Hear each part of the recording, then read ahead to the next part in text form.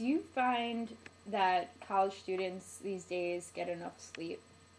No, not at all. They don't get nearly enough sleep as they should. Why do you think this could be? Because they're working their asses off. Yeah. Yeah. How often do you consume caffeine? Every day. Without fail, almost.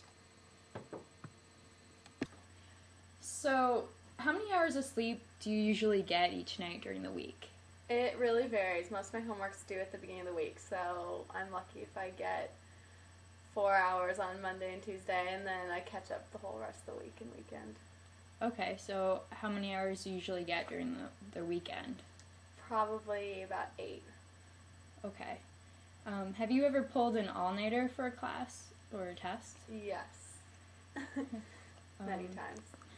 And how many times a week do you drink alcohol about? Maybe once. Okay. Thanks. This is a video on sleep, and I provide some helpful tips about sleep hygiene and good sleeping habits. And its target group is for college students, ages ranging from 18 to 21, and I hope you enjoy it.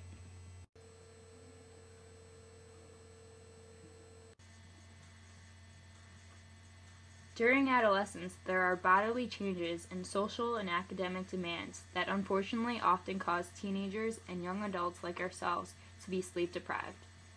Looking from a biological viewpoint, after puberty, teens become night owls and have a delayed circadian phase. This means that they stay up later and get tired later in the night. The reasoning for this is due to hormonal changes.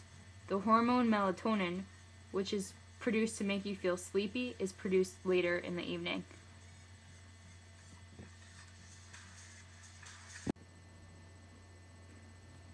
Additionally, during this time in our lives, college students have more social and academic demands than ever before.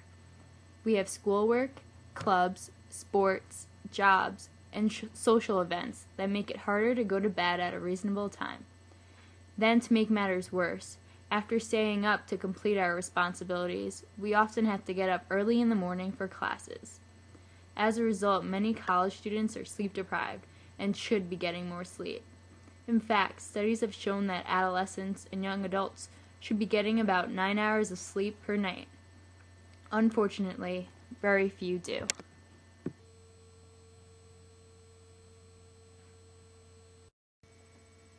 Humans have a circadian clock that entrains the person to follow a 24-hour day.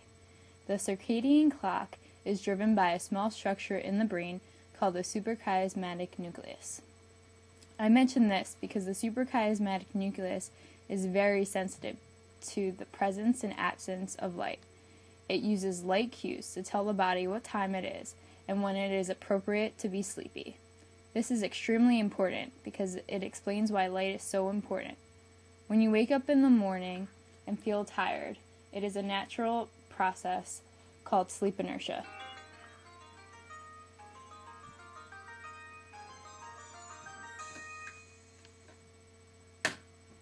This is the 10 to 20 minutes after you first wake up that you feel drowsy and sleepy. But a way to stay more awake is to expose yourself to light.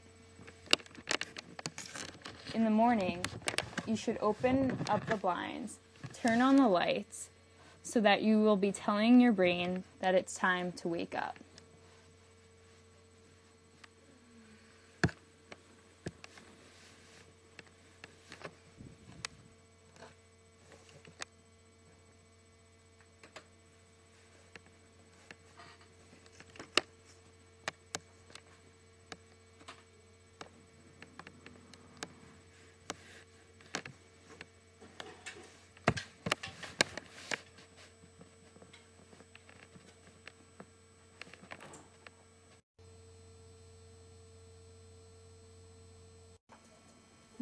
When you are just having those days where you just can't keep your eyes open or focus on your homework, then yes, a nap can prove to be very beneficial.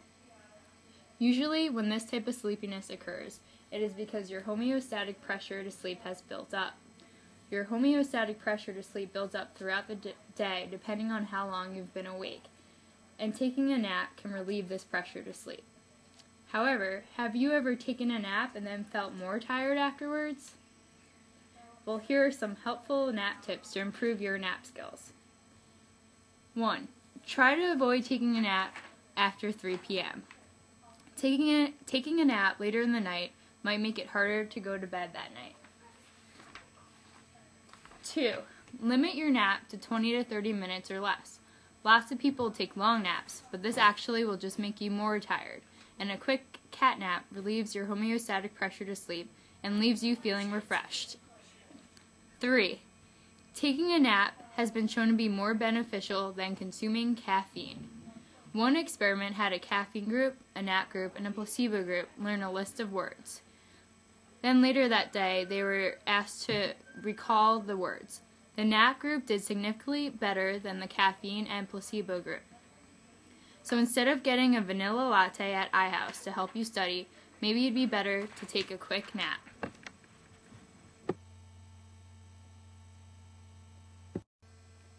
As college students, there seems to be a limited amount of space where we can have some alone time to watch a TV show on your computer or to use Facebook. That's why many times people do a lot of activities in bed, such as eat,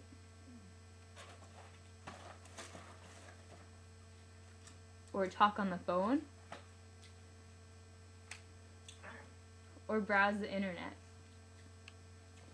However, as a result, a person is weakening the association between their bed and sleep. The bed is supposed to be where you sleep, not where you do all your activities. If you restrict the activities in bed to only sleep or sex, you can recondition and strengthen your association with the bed and sleep. This will make it easier for you to fall asleep at night. If you can't fall asleep within 10 to 15 minutes upon laying in bed, it is best to get up and leave the bed. Do a relaxing activity and come back when you think you are ready for bed.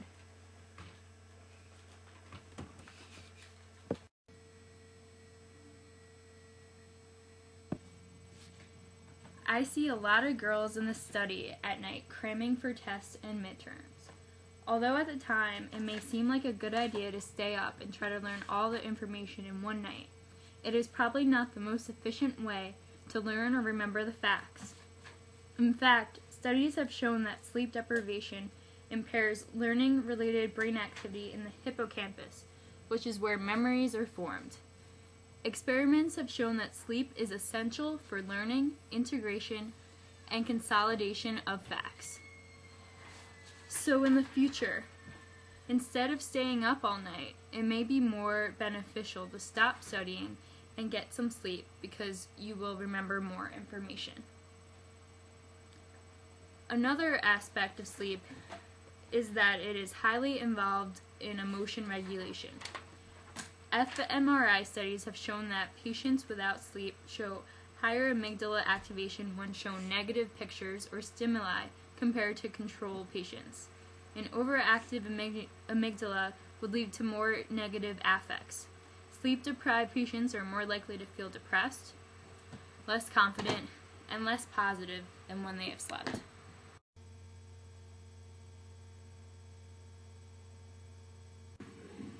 It is often thought that alcohol will help you sleep.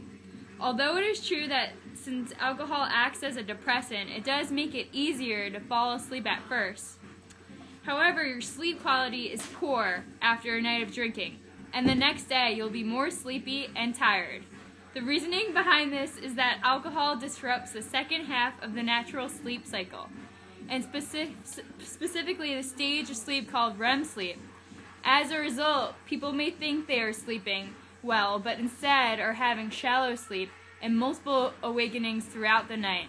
This leads to a reduction of total sleep time and is often associated with daytime fatigue. Alcohol has also been associated with impairment in learning and the retention of information.